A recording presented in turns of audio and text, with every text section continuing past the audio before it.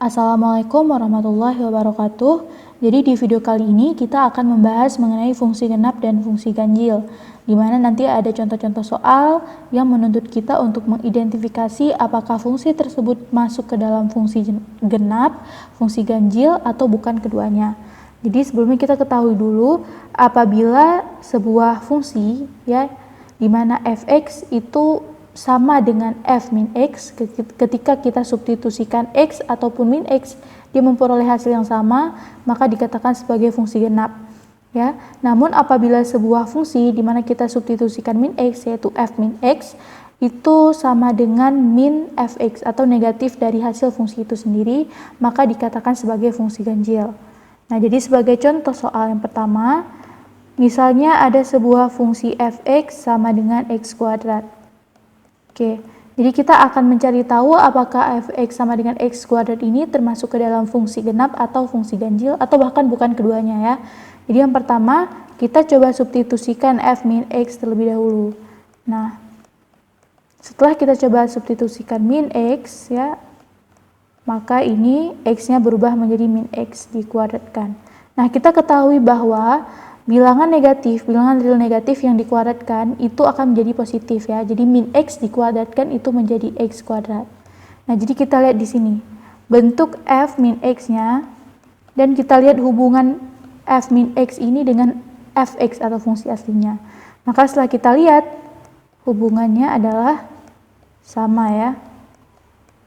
Nah, jadi kesimpulannya di sini adalah f min x sama dengan fx, sehingga fungsi fx sama dengan x kuadrat dikatakan sebagai fungsi genap.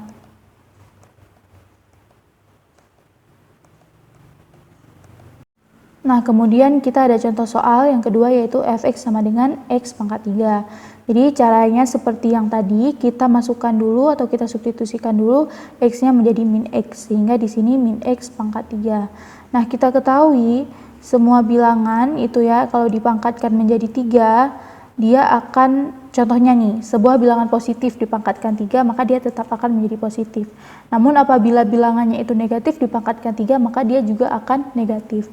Jadi di sini coba min x-nya dikali sebanyak 3 ya, 3 kali.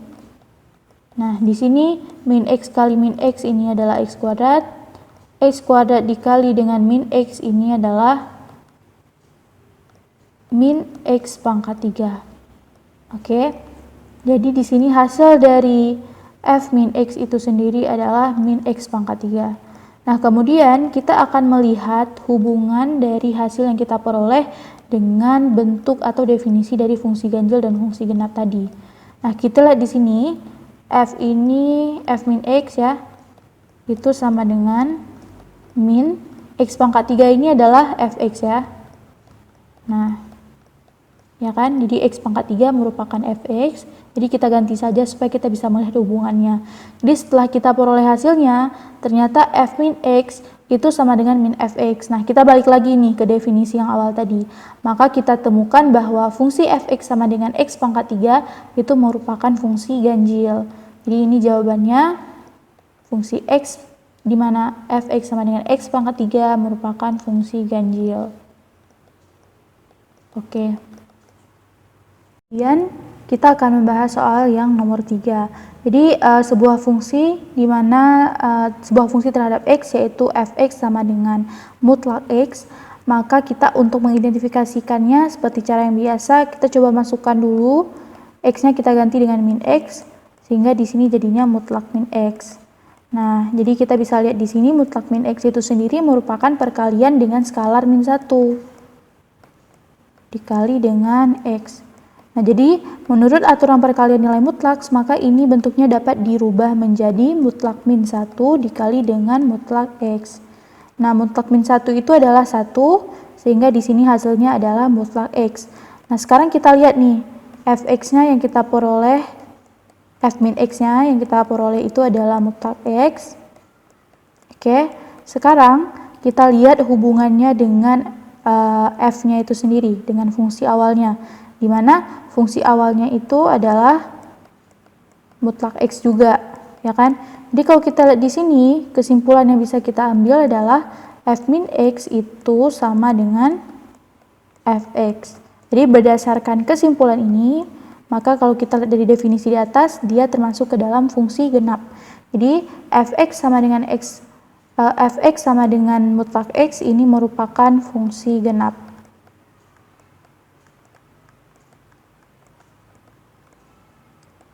Oke, nah berikutnya kita bisa lihat contoh soal yang nomor 4 di mana terdapat fungsi gx di mana gx itu sama dengan x per x kuadrat kurang 4. Jadi cara yang pertama yaitu kita substitusikan dulu min x ke dalam fungsinya sehingga x-nya berubah menjadi min x di sini. Ya, setiap x itu dirubah ya tergantung dari operator yang kita masukkan. Di sini jadinya min x kuadrat kurang 4. Nah, oke. Jadi di sini min x diper dengan min x dikuadratkan itu sama seperti yang tadi contoh tadi ya. Jadi min x kalau negatif dikuadratkan jadinya positif. Jadi di sini min x kuadrat itu sama dengan x kuadrat dikurang 4. Nah, ini bisa kita transformasikan bentuknya menjadi min x per x kuadrat kurang 4. Ya. Kemudian kita ketahui bahwa x per x kuadrat kurang 4 ini merupakan gx. Sehingga di sini min gx. Oke ya. Ini g min x. Oke, jadi dari hasil kesimpulan yang kita peroleh ini dapat disimpulkan bahwa gx sama dengan x per x kuadrat kurang 4 merupakan fungsi ganjil sesuai dengan definisi dari fungsi ganjil itu sendiri ya. Nah, jadi cara langkah yang pertamanya itu adalah kita substitusikan dulu min x-nya ke dalam sebuah fungsi. Apabila setelah kita uji, kita cari kesimpulan akhirnya seperti apa. Kalau f min x-nya itu yang diperoleh hasilnya sama dengan fx, maka dikatakan fungsi tersebut sebagai fungsi genap. Apabila f min x-nya ini ya, setelah kita substitusikan memperoleh kesimpulan itu sama dengan min fx, maka dapat disimpulkan bahwa fungsi tersebut termasuk ke dalam fungsi ganjil. Oke. Nah, sekarang kita ambil salah satu contoh fungsi yang bukan merupakan fungsi keduanya. Terakhir, kita akan coba membahas sebuah fungsi yang bukan merupakan fungsi genap dan fungsi ganjil. Jadi kita ambil sebuah fungsi fx itu sama dengan nilai mutlak dari x tambah 3. Oke. Nah, jadi kita akan melihat apakah fx ini ya, kalau kita buat menjadi bentuk f min x ini merupakan fungsi genap atau ganjil atau bahkan bukan keduanya. Jadi ini kita masukkan di sini, jadinya di sini min x tambah 3. Oke ya. Jadi kita simpulkan bahwa f min x ini dia bukan merupakan fungsi genap dan ganjil karena f min x ini tidak sama dengan fx. Oke. Ya. Karena setelah kita substitusikan min x, ternyata bentuknya itu berubah dari fx ya. Jadi kita simpulkan f min x tidak sama dengan fx. Kemudian ya, kita dapat simpulkan juga bahwa f min x ini dia tidak sama dengan min fx.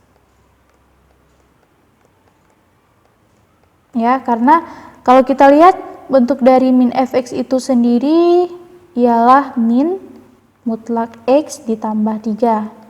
Ya, hasilnya berbeda jauh dengan mutlak min x tambah 3 ya, sehingga kita tidak bisa mengatakan bahwa fungsi ini merupakan fungsi genap atau ganjil ya, karena bukan keduanya, tapi fungsi fx sama dengan mutlak x tambah 3 merupakan fungsi yang bukan genap dan bukan ganjil. Jadi fungsi yang bukan genap dan ganjil, bukan kedua-duanya gitu ya.